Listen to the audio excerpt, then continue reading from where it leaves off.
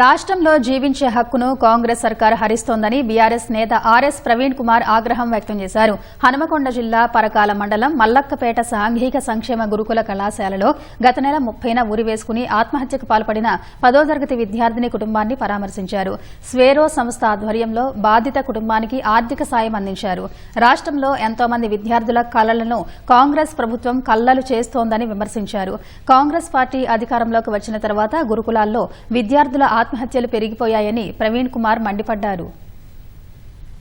గురుకుల విద్యా వ్యవస్థ అత్యంత నిరాదరణకు గురవుతున్న పరిస్థితి. రేవంత్ రెడ్డి గారు కేసీఆర్ గారి ఆనవాళ్లను తీసే కార్యక్రమంలో బిజీగా ఉంటూ విద్యార్థుల పట్ల పేద కుటుంబాల పట్ల నిర్దయగా వ్యవహరిస్తుంది.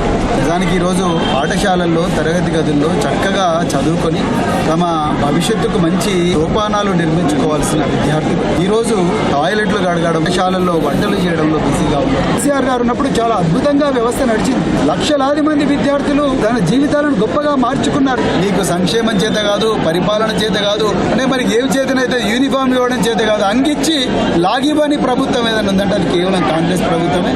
అర్జెంటుగా మీరు గద్దె దిగాలి.